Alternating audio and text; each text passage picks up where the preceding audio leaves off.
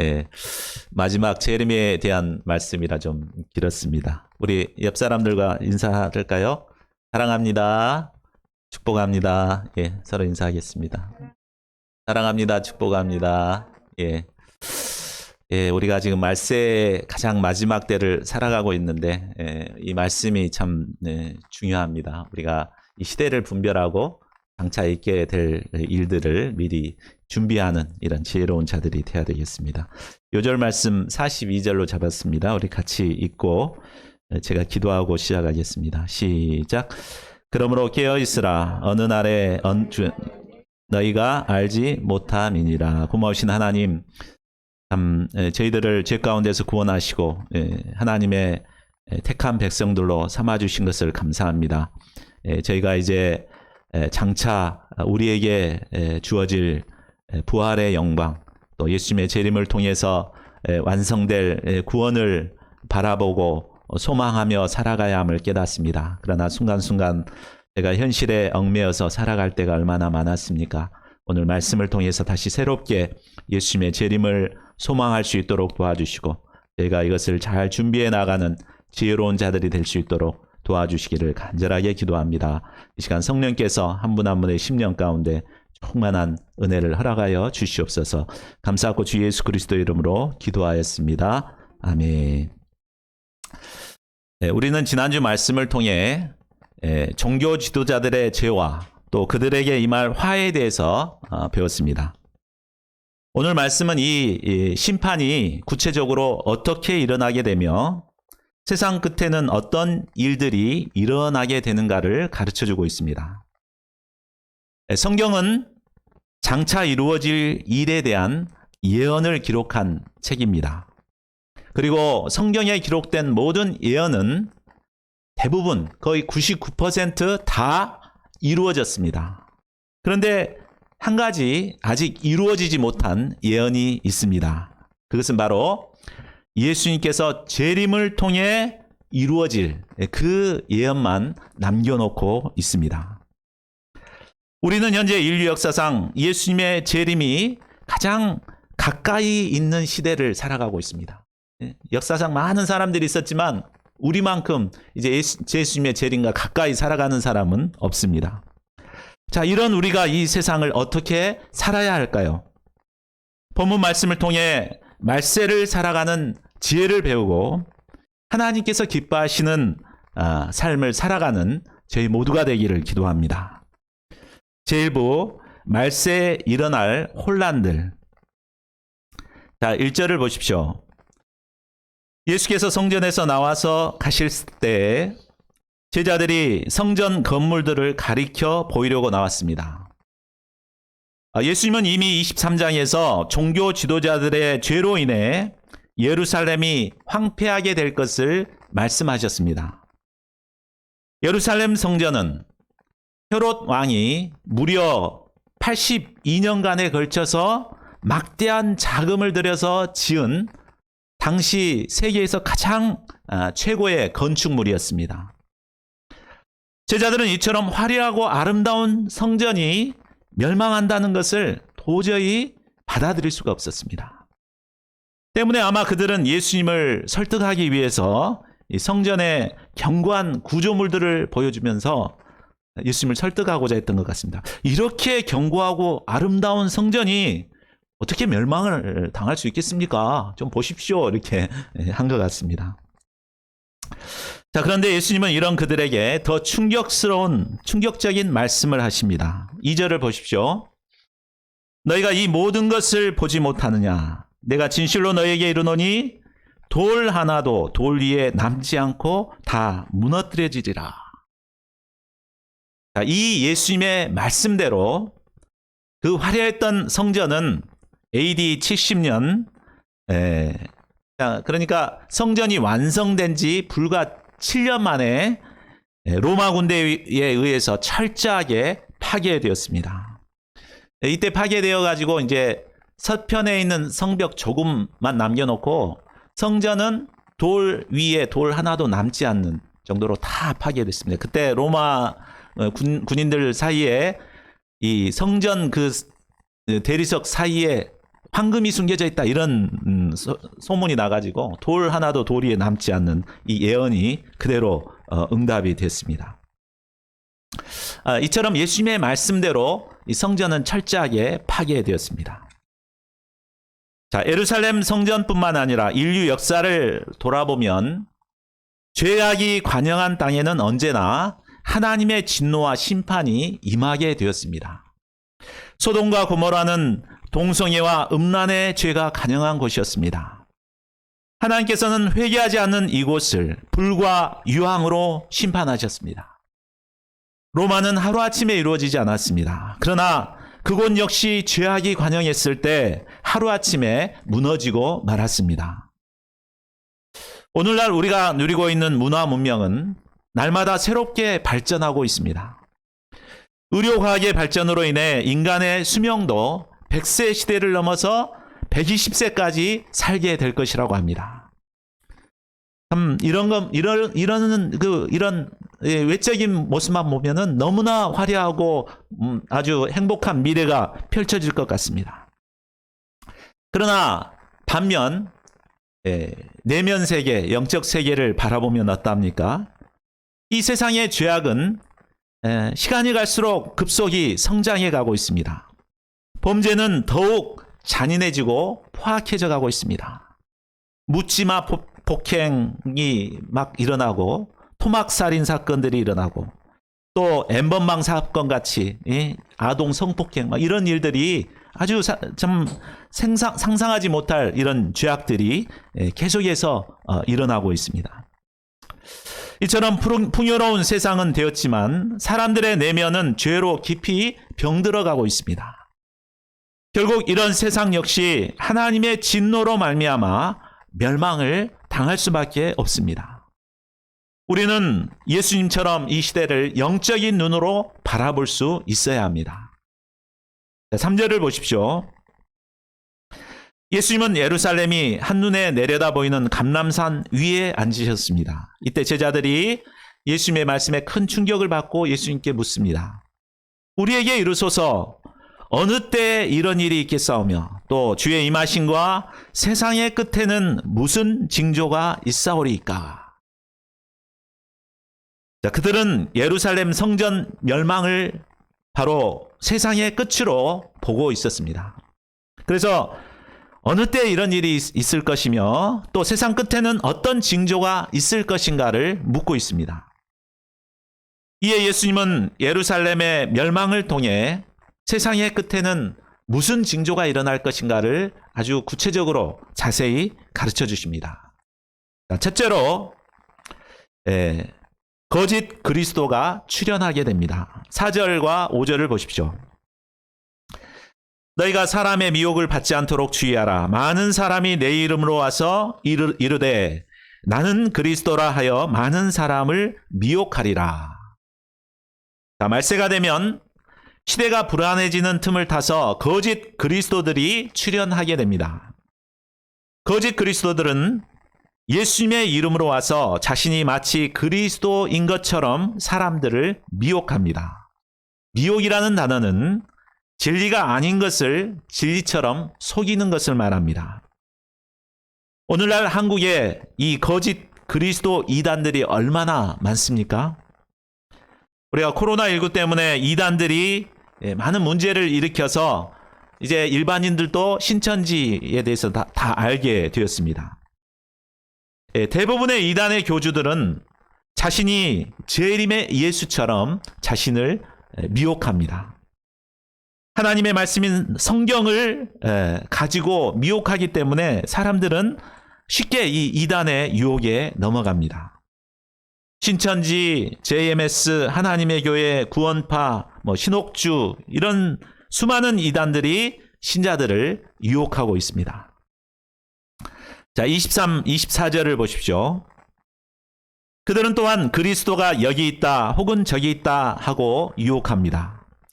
어떤 이단 교주는 산기도를 통해 예수님의 영이 자신에게 들어왔다고 주장을 합니다. 어떤 교주는 신비한 환상과 계시를 통해 자신이 그리스도임을 깨닫게 되었다고 주장합니다. 그러면서 많은 사람들에게 큰 표적과 기사도 함께 보입니다. 금가루가 쏟아지는 현상도 보여줍니다. 이빨이 금으로 변하는 표적도 보여줍니다. 귀신이 쫓겨나가고 병자가 치료되는 것도 눈앞에서 보여집니다. 자신들의 눈앞에 이런 것들을 보게 되면 많은 사람들이 미혹을 받게 됩니다. 아, 정말 그런가 보다 이렇게 하고 이단의 미혹을 받아서 많은 신자들이 교회를 떠나 이단에 들어갑니다. 자, 이것이 첫 번째 징조였습니다. 자, 두 번째로는 난리와 재난의 연속입니다. 6절과 7절을 보십시오. 세상 끝에는 난리와 난리 소문을 듣게 됩니다. 민족이 민족을, 나라가 나라를 대적하여 일어납니다.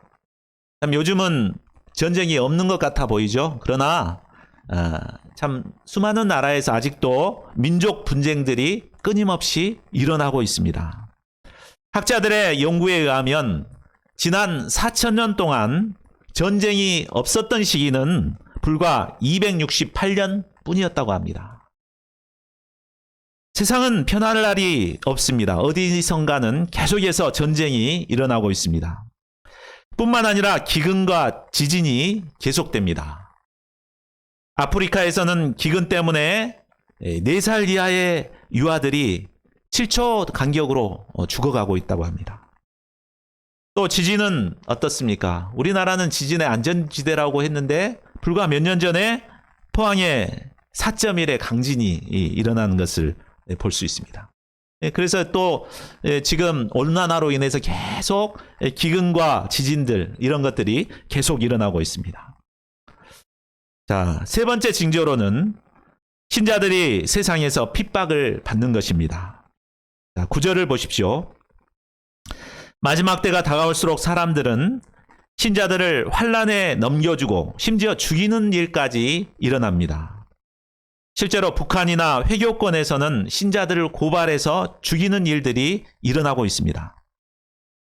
우리나라는 교회에 다닌다고 누가 죽이지는 않습니다. 그런데 교회에 다니는 신자들을 미워하는 분위기가 점점 팽배해져 가고 있습니다.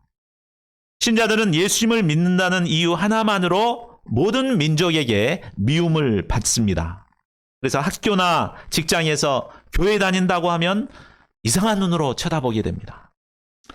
이로 인해 믿음이 연약한 자들은 실족하여 신앙을 떠나는 일이 일어나게 됩니다.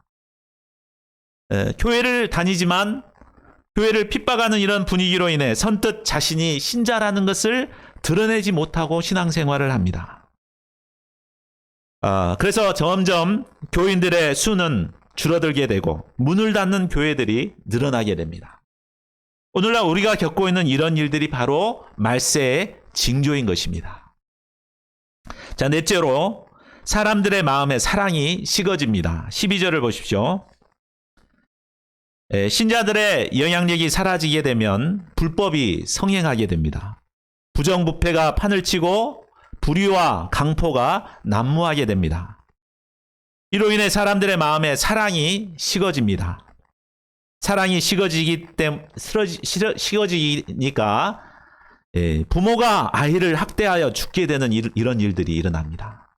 또 아이들이 어른을 공경하지 못하고 노인에게 욕설을 퍼붓고 멱살을 잡는 이런 일들이 흔하게 일어나게 됩니다. 자, 2000년 전에 사도 바울은 이미 말세 때에 이런 일들이 일어나게 될 것이라고 예언했습니다. 우리 디모데후서 3장 1절에서 4절 말씀이 그 예언이죠. 우리 같이 한번 읽어볼까요? 시작. 너는 이것을 알라. 말세에 고통하는 때가 이르러 사람들이 자기를 사랑하며 돈을 사랑하며 자랑하며 교만하며 비방하며 부모를 거역하며 감사하지 아니하며 거룩하지 아니하며 무정하며 원통함을 풀지 아니하며 모함하며 절제하지 못하며 사나우며 선한 것을 좋아하지 아니하며 배신하며 조급하며 자만하며 쾌락을 사랑하기를 하나님 사랑하는 것보다 더하며. 어떻습니까? 우리 와서 살아본 사람처럼 이렇게 얘기를 하잖아요. 응? 오늘날 우리는 성경에서 예언하고 있는 이런 말세의 징조들이 명확하게 일어나고 있는 시대를 살아가고 있는 것입니다. 자, 그렇다면 예수님께서 이 말세에 일어날 이런 징조들을 우리에게 알려주시는 이유가 무엇이겠습니까? 그것은 바로 예수님의 재림이 임박했음을 깨닫고 준비하도록 하기 위함입니다. 32, 33절을 보십시오. 사람들은 무화과 나무의 가지가 연하여지고 잎사귀를 내면 여름이 가까운 줄을 압니다. 여름이 가깝게 되면 어떻게 합니까? 두꺼웠던 이불이나 옷을 다 이렇게 빨아서 이제 넣어놓고 장롱에 넣어놓고 얇은 옷을 빼서 이제 세탁해서 입으려고 이렇게 준비를 하게 됩니다. 이처럼 우리가 이런 징조들을 통해서 예수님이 오시는구나, 곧 오시겠구나 이렇게 생각하면 이런 준비를 해야 되죠. 자, 그렇다면 예수님이 오시게 된다면 과연 어떤 일들이 일어나겠습니까? 자, 2부에서는 예수님이 오셔서 하실 일을 보고자 합니다. 예수님이 오셔서 세상을 새롭게 하십니다. 자, 앞에서 말세에 거짓 그리스도들과 선지자들은 신자들을 미혹하기 위해 표적과 기사를 보인다고 했습니다. 그들은 그리스도가 광야에 있다, 골방에 있다 하면서 신자들을 유혹할 것입니다. 그러나 예수님은 거짓 그리스도들이 말하는 것처럼 이렇게 은밀하게 오지 않습니다. 27절을 보십시오. 번개가 동편에서 나서 서편으로 번쩍임 같이 임하십니다. 이 말은 모든 사람들이 볼 수 있도록 공개적으로 임하신다는 것을 말해줍니다. 29절을 보십시오. 환란의 날이 지나고 나면 즉시 해가 어두워집니다. 지금까지 인류에게 생명의 에너지를 공급하던 해는 이제 더 이상 빛을 내지 않게 됩니다. 해가 8분 동안만 비추지 않는다면 지구에 있는 모든 생물은 얼어서 죽는다고 합니다. 해가 어두워지기 때문에 달도 빛을 내지 않습니다. 하늘에 있는 모든 별들이 하늘에서 떨어지게 됩니다. 이 떨어지는 소리가 얼마나 큰지 그 소리를 듣고 모두가 기절을 하게 됩니다. 그때는 인류가 그동안 쌓아왔던 모든 문명이 하루아침에 무너지게 됩니다. 그날은 인류의 마지막 심판의 날입니다. 그날에는 하늘이 큰 소리로 떠나가고 물질이 뜨거운 불에 풀어지고 땅과 그 중에 있는 모든 일들이 드러나게 됩니다. 사람들은 세상에 임할 일을 생각하면 너무나 무서워서 기절을 하게 됩니다. 그때에는 땅의 모든 족속이 자기들이 지은 죄로 인해 심판받을 것을 두려워하며 슬퍼하고 통곡하게 됩니다. 그때 내가 왜 믿지 않았던 거 후회해봤자 아무런 소용이 없습니다. 자, 30절 하반절을 보십시오. 우리 30절 하반절을 같이 읽겠습니다. 30절 하반절 그들이 여기서부터 시작. 그들이 인자가 구름을 타고 능력과 큰 영광으로 오는 것을 보리라. 예수님이 처음 이 땅에 오실 때는 아무도 관심을 갖지 않았습니다. 그러나 재림하실 때는 모든 사람들이 보는 가운데 만왕의 왕이요 또 온 세상을 심판하실 심판의 주님으로 오십니다. 머리에 금면류관을 쓰시고 황금빛 찬란한 옷을 입으시고 능력과 큰 영광으로 오십니다. 우리 한번 넘겨주시겠어요? 다음 넘겨주시면, 좀 성화로 이렇게 그려놓은 건데, 이렇게 예수님은 이렇게 모든 사람들이 보는 앞에서 영광스러운 모습으로 재림하실 것입니다. 예수께서 강림하실 때 호령과 천사장의 소리와 수많은 천군 천사들이 우렁찬 나팔 소리를 불면서 재림하십니다. 빰빠라밤 빰빰빰 빰빠라밤 하면서 재림하실 것입니다. 그리고 나팔 소리와 함께 천사들을 보내서 그 택하신 자들을 하늘 이 끝에서 저 끝까지 사방에서 모으게 됩니다. 그때에는 생명책에 기록된 대로 우리의 이름을 부를 것입니다. 최안드레야, 김태희야 이렇게 막 부를 것입니다.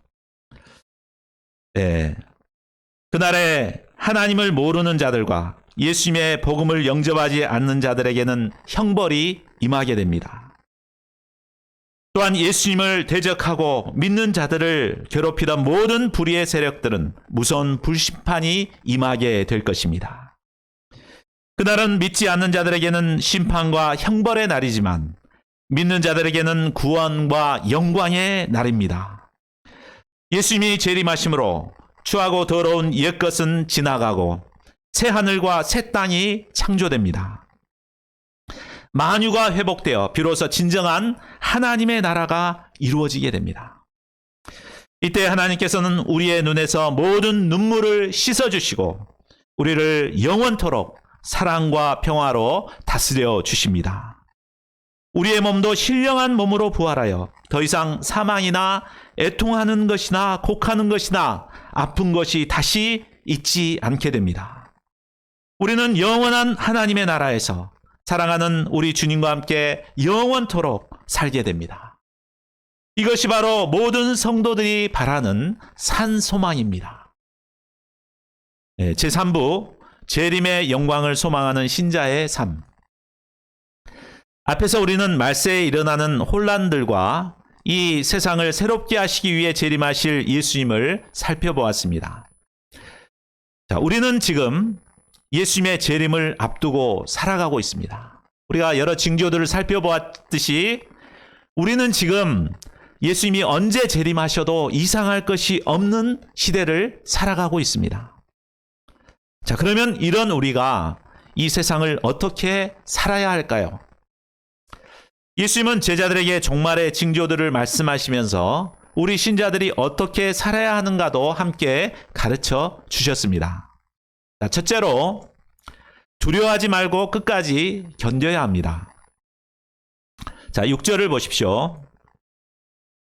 말세의 징조로 인해 난리와 난리의 소문이 들리고 또 그것의 기근과 지진의 소식을 듣게 되면 사람들은 두려움에 사로잡히게 됩니다. 그런데 우리가 두려움에 사로잡히게 되면 어떻게 됩니까?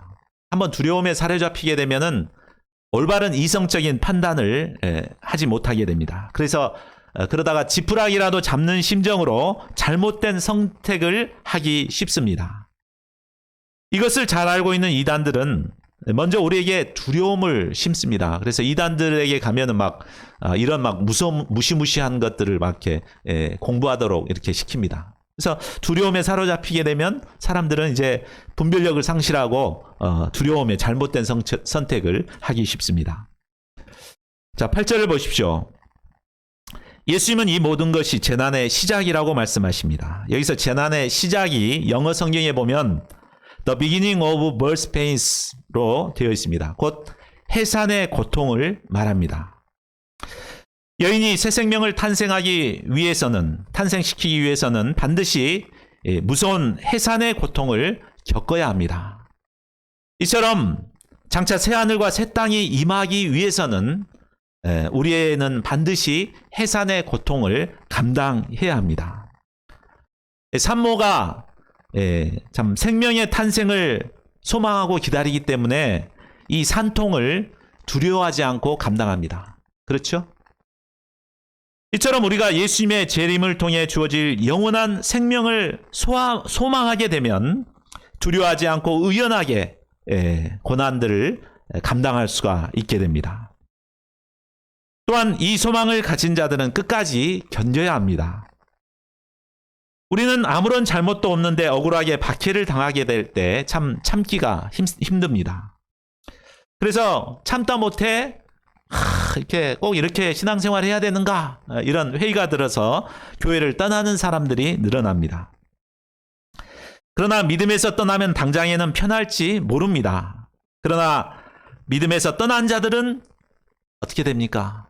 결국 구원에 이르지 못하고 영원한 파멸에 이르게 될 것입니다. 참 우리나라 기독교에 가장 잘못된 것이 구원파 이단 사상을 너무나 많이 믿고 있어요.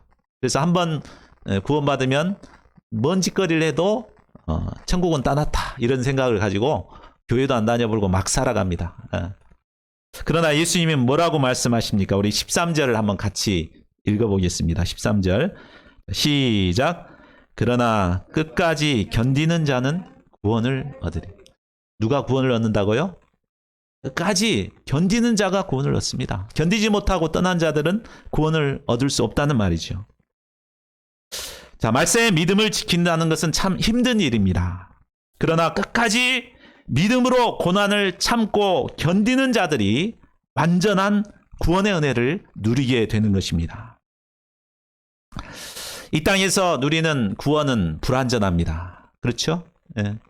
그러나 이제 장차 예수님이 재림하심으로 완전한 구원에 이르게 되는 것입니다.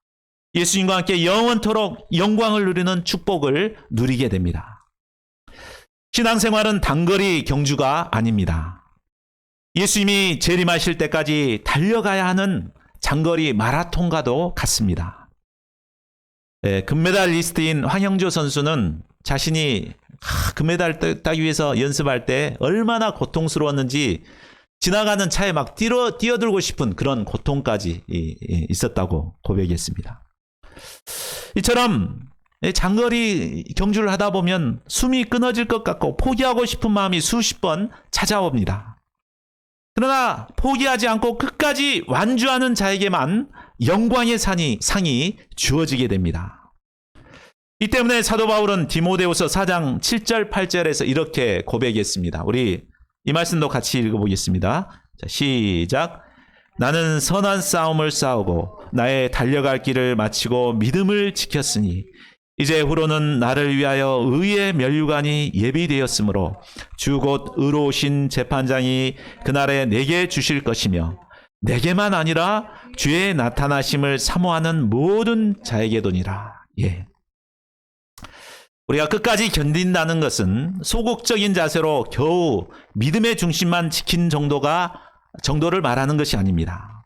이는 적극적인 자세로 세상의 죄의 세력과 싸워서 믿음의 승리를 이루는 것입니다. 그래야 할 때 의로운 재판장이신 예수님께서 우리에게 의의 면류관을 씌워 주실 것입니다. 저희 모두가 끝까지 죄의 세력과 싸워서 이김으로 예수님께 영광의 면류관을 받는 자들이 될 수 있기를 기도합니다. 둘째로 재물에 미련을 두지 말고 깨어 있어야 합니다. 15절에서 19절은 예루살렘 멸망의 때에 있게 될 예언입니다. 자, AD 70년에 예루살렘이 멸망할 때 로마군은 예루살렘 성을 무려 4년 동안이나 에워쌌습니다. 역사학자들의 말에 의하면 이때 먹을 것이 없어서 사람의 죽은 시체를 뜯어먹기도 하고 심지어 죽은 자신의 아이까지 잡아먹는 일이 있었다고 합니다. 예루살렘 성 안에 있던 신자들은 정말 똑같이 이제 고통을 겪고 있다가 갑자기 이제 네로 황제가 자살하는 사건이 그 사이에 일어나게 됩니다. 이때 로마군이 포위했던 그 포위가 잠시 느슨해졌고 이때 그 성 안에 있던 크리스찬들은 예수님의 말씀을 기억하고 모든 것을 버리고 호롤단신 도망쳐 나왔습니다. 그래서 모두가 살았습니다. 그러나 재물에 미련을 주지 못한 자들은 도망가지도 못하고 대부분 그곳에서 비참하게 죽음을 당하거나 아니면 마지막에 로마의 포로로 끌려가게 되었습니다. 이처럼 마지막 심판의 때가 다가올 때 우리는 세상의 재물에 대해 미련을 두지 말아야 합니다. 소돔과 고모라가 멸망할 때 롯의 아내는 재물에 대한 미련 때문에 뒤를 돌아봤습니다. 천사가 돌아보지 말라고 했는데 왜 돌아봤어요? 자기가 모아놨던 은금 폐물들 그게 눈에 밟히니까 돌아본 거죠. 그러다가 결국 소금 기둥이 되었습니다. 오늘날 많은 사람의 주된 관심은 이 세상에 재물에 있습니다. 얼마나 많은 돈을 벌 것인가. 어떻게 하면 아파트를 사고 영끌을 해서라도 아파트를 사고 또 주식을 투자할 것인가. 이런 데 관심을 가지고 있습니다. 그러나 예수님이 재림하실 때 우리가 모아놨던 모든 것들은 다 없어질 것입니다. 우리가 오히려 그걸 끌어안고 있게 되면 오히려 화가 임하게 될 것입니다. 36절을 보십시오. 예수님은 징조에 대해서 자세히 가르쳐 주시지만 그 날과 때는 모른다고 하십니다. 천사도 모르고 아들인 자신도 모르고 오직 하나님만 아신다고 하십니다. 아들도 예수님도 모르는 것을 근데 사람들은 막 알고 싶어 합니다. 그러나 이것은 잘못된 것입니다. 그동안 수많은 시한부 종말론들이 언제 예수님이 재림한다 이런 그것을 얘기했지만 지금까지 다 거짓말이었습니다. 자, 37절을 보십시오. 예수님의 재림은 노아의 홍수 때 같이 갑자기 임하게 됩니다. 노아 시대의 사람들은 노아가 방주에 들어가기 전까지 먹고 마시고 장가들고 시집가는 일에만 관심을 가졌습니다. 노아가 계속해서 의의 복음을 전하면서 자, 이제 공짜로 구원받을 수 있으니까 들어와라 막 이렇게 해도 그들은 관심도 없었습니다. 오로지 먹고 마시고 시집가고 장가가고 이런 일들만 관심을 가졌습니다. 그러다 결국 어떻게 됩니까? 홍수가 날 때 그때 비로소 깨닫고 아이고 문 좀 열어달라 그러는데 들어갈 수가 없고 모두 진멸을 당하게 되었습니다. 이와 같이 예수님께서 재림하시기 바로 직전까지도 사람들은 육신의 일에만 얽매여서 깨닫지 못하고 살아갈 것입니다. 사람이 육신적이 되고 감각적이 되고 쾌락적인 일만 탐닉하게 되면 결국 영적인 일에는 무뎌져서 아무리 이에게도 들리지가 않습니다. 자, 40절 41절을 보십시오. 그때는 두 사람이 같은 장소에서 같은 일을 하더라도 하나는 구원을 받고 하나는 버려둠을 당하게 됩니다. 똑같은 일을 하더라도 믿음으로 했는가 안 했는가에 따라서 구별해서 데려가십니다. 그러니까 교회에 나온다고 다 구원받는 거 아니에요. 또 뭐 어디 좋은 일 한다고 해서 다 구원받는 건 아닙니다. 그 중에서 믿음으로 하는가 구별해서 데려가실 자는 데려가시고 남길 자는 남겨주십니다. 42, 44절을 보십시오. 예수님은 이날이 언제일지 모르기 때문에 깨어있으라고 하십니다. 그러므로 깨어있으라.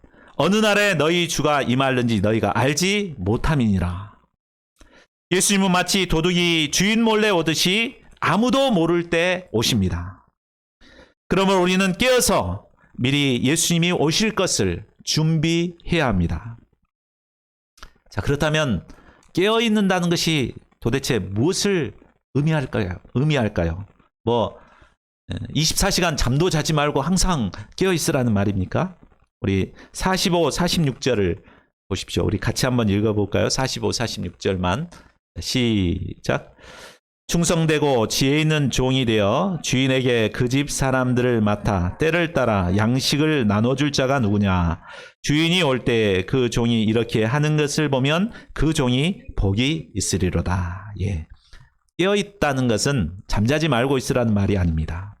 이처럼 충성되고 지혜 있는 청지기가 되어서 교회에 있는 양부리들을 때를 따라 양식을 공급하는 사람이 되라는 말입니다. 주부들은 때를 따라 가족들을 먹이기 위해서 매 끼 식사를 준비하기 위해 수고를 합니다. 만일 주부가 돼서 이게 싫다고 네 알아서 먹든지 말든지 알아서 해라 그러든지 아니면 라면만 끓여서 준다고 해보십시오. 아마 영양실조가 걸려 빼빼 말라갈 것입니다. 자, 신자는 충성되고 지혜 있는 청지기가 되어서 양들에게 말씀을 먹이는 자가 되어야 합니다. 자, 우리 주변에는 하나님의 말씀을 몰라 죽어가는 양떼들이 많습니다. 자, 이들에게 말씀을 먹이기 위해 말씀을 묵상하고 공부하고 또 그들에게 전해야 합니다. 우리가 이렇게 열심히 말씀을 전하고자 준비할 때 예수님이 오신다고 생각해 보십시오. 얼마나 예수님이 기뻐하시겠습니까? 이런 사람들이 복 있는 자다 그랬습니다. 그러니까 우리가 정말 깨어서 말씀을 연구하고 전도하고 기도하고 또 말씀을 섬기기 위해서 준비하는 이런 깨어있는 자들이 될 수 있기를 기도합니다. 자, 셋째로 예수님의 재림을 기다리는 자들은 모든 민족에게 복음을 전파해야 합니다. 자, 6절 하반절을 보면 말세의 징조들이 아무리 일어난다고 해도 아직은 끝은 아니라고 말씀하십니다. 자, 그렇다면 언제 끝이 오는 것입니까? 우리 14절을 같이 읽어보겠습니다. 시작. 이 천국 복음이 모든 민족에게 증언되기 위하여 온 세상에 전파되리니 그제야 끝이 오리라. 네. 예수님은 이 복음이 온 세상에 전파되어야 비로소 끝이 온다고 말씀하십니다. 우리는 이 말씀에서 중요한 것 몇 가지를 깨달을 수 있습니다. 하나는 인류 역사는 반드시 끝이 있다는 것입니다. 또 그 끝은 예수님의 재림으로 이루어지는 영원한 하나님 나라라는 것입니다. 하나님께서는 하나님 나라의 회복을 위해 줄기차게 역사의 수레바퀴를 돌려오고 계십니다. 하나님께서는 처음 인간이 범죄함으로 하나님 나라를 상실했을 때 곧바로 예수님을 통해서 인류를 구원하실 것을 약속하셨습니다.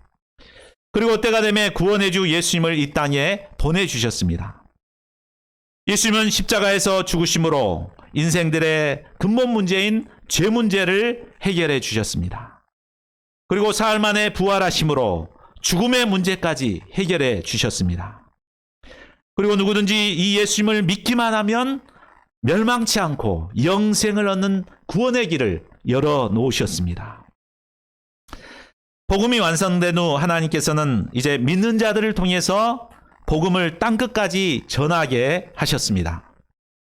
그리고 복음이 이 온 세상에 전파되어서 하나님이 택하시기로 구원하시기로 예정된 자들이 모두 복음을 영접할 때 그때 비로소 끝이 오게 됩니다.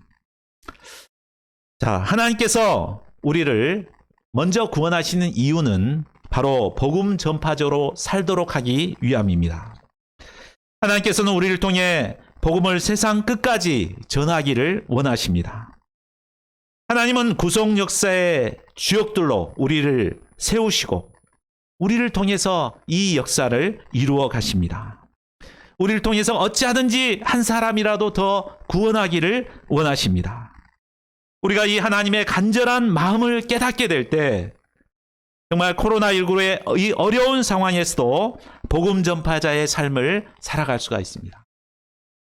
저희 모두가 주님이 기뻐하시는 이런 전도자의 삶을 살아갈 수 있기를 기도합니다. 자, 말씀을 맺겠습니다. 이상을 통해 우리는 말세의 징조들과 영광스러운 예수님의 재림을 배웠습니다. 또한 예수님의 재림을 기다리는 신자들이 이 땅에서 어떤 삶을 살아야 하는가도 배웠습니다. 오늘날 많은 사람들이 이 땅에서 잘 먹고 잘 사는 것을 소망하며 죄악된 삶을 살아가고 있습니다. 그 죄악된 삶을 막 찍어가지고 SNS에 올리면서 자랑합니다. 그러나 이 세상에 쌓아놓은 모든 것은 예수님의 재림으로 사라질 것들입니다. 우리 그리스도인들의 진정한 소망은 예수님의 재림으로 이루어질 영광스러운 하나님의 나라입니다. 이런 영광스러운 소망을 가진 자들이 이런 이 땅에 썩어 없어질 것들에 소망을 두지 말아야겠습니다. 힘든 상황이지만 어찌하든지 복음 전파의 사명을 감당해야겠습니다. 그래야 할 때 장차 예수님께서 재림하실 때 우리의 이름을 불러주실 것입니다. 얼마나 고생 많았냐 하면서 불러주실 것입니다. 영광의 멸관을 쓰고 예수님과 함께 영원토록 다스리는 영광을 누리게 하실 것입니다. 이런 축복과 영광을 누리는 복된 성도들이 되시기를 간절히 기도합니다. 우리 요절 말씀 함께 읽고 기도하는 시간 갖겠습니다. 자, 시작. 그러므로 깨어있으라. 어느 날에 너희 주가 임하는지 너희가 알지 못함이니라. 반주 먼저 해주세요. 자.